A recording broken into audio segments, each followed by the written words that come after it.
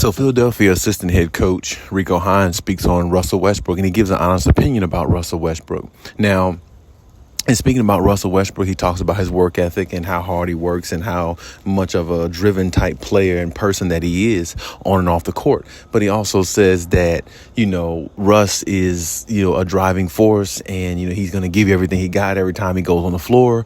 And he's going to be, somebody that you can rely on, because Russ, doesn't miss many games. I think about a year or two ago, I think he played like 80 games out of that whole season with the Lakers, which is impressive in this era, because this era, you're not finding players who are that available, who are that healthy to go out there and play that much. So, just the fact of him being able to do that is a rarity amongst a lot of players in the NBA, and definitely amongst, players on his own team currently with the Clippers. So, that resonates and goes a long way. And, Rico Hines also says with his work ethic and, the way he pushes himself and others around him, feed off his energy and things like that. And he never cheats you every time he goes out there and play and all those type of things. He said that, Russ is going to possibly have a big year, with the Clippers. And definitely since they're trying to gear up for a championship this year, Russ is going to be able to provide a lot to them that they didn't have. And, a lot of people say that along with Ty Lue. A lot of people say the same thing. Russ can give the Clippers a dose of something that they didn't have, and he definitely can, because he's definitely one of those type players to me who can, he can change the game, and he can affect the game in different ways with his tenacity and energy and all that, and others feed off of it. It's a great thing. It's never nothing bad. The only problem I've always had with Russ is just his turnovers. Is his turnovers going to be, high, or are they going to be mid or low? And usually most years his turnover rate is high because, the way he plays and how he goes about doing his thing on the floor, it's all force, it's all aggressiveness, it's all, abrasiveness, and it's really like not much strategy before actually making the move. It's more,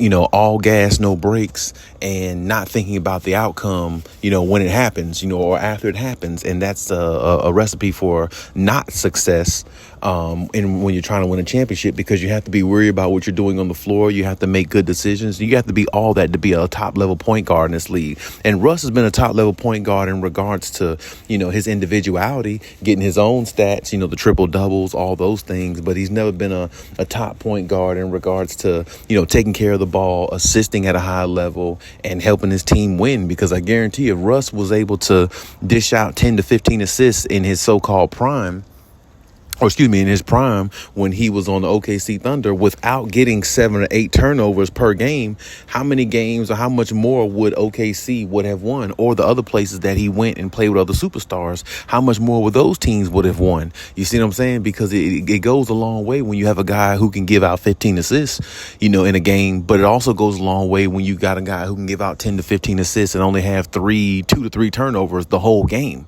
That goes even further. So, if Russ can actually find a way to do that, then I think he would help the Clippers tremendously to where they can win a championship. That's the only way I think that he would be able to help them, because of course with his energy and everything that he gives you on the court when he goes out there, of course that's good, of course that's always positive, of course that's never a negative thing. In the way Russ gives it, goes out there every night and play with that intensity, the way he plays, no other player plays like that in the NBA. Not with the reckless abandonment, the high flying ability. The only closest person that was close to him at one time was Derrick Rose. And even he was a little bit more in control of how he played, and he didn't turn the ball over as much as Russell Westbrook does. And see, that's the thing. Like, if you're giving the ball away, damn near as much as you're scoring it, or, a good percentage of it, you're still going to lose a lot of games that you probably could win if the turnover to assist ratio was different in regards to Russell Westbrook. So I understand what the coach is saying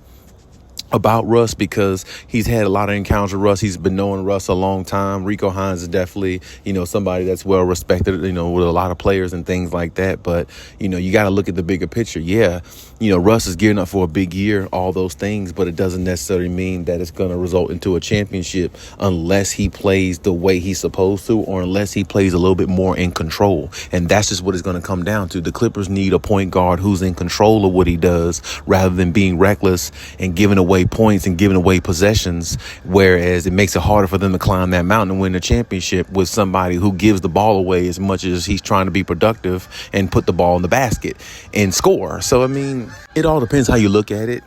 But from this standpoint, I look at it like this. Russ is not a bad piece for the Clippers. He's not the worst, not even close. He is a valuable piece if, in regards to what he does well. But the things that he does bad, his weaknesses really will, weaken the Clippers a lot more, because you got to understand they're going to have him in the starting lineup as a point guard. He's not like a point guard coming off the bench with a second unit. If Russ was that, if they had that ability, then they would be in a whole lot better situation, which is the reason why I think they were trying to or looking into getting James Harden, because at least he has a little bit more ball handling skills, and he might be like less likely to turn the ball over as much as Russ, and he's a little bit more in control because he plays a little bit more toned down, not just all gas, no breaks, not thinking and making too many boneheaded plays, even though James Harden has his moments of doing that as well, but he's a little bit more in control, I think, than Russell Westbrook, if we're being honest about it on the court in regards to assisting the ball. And last year he led the league in assists, I believe, or he was one of the leaders in assists last year still,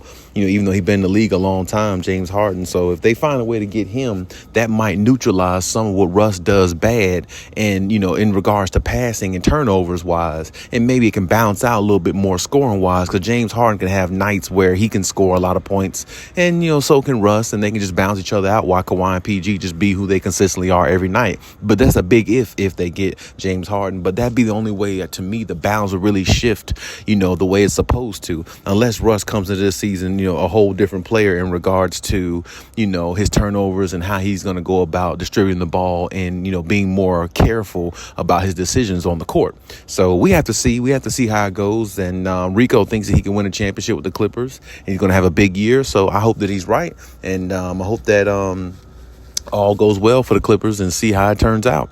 But here's my take on everything. Leave any comments in the comment section, and we'll talk about it.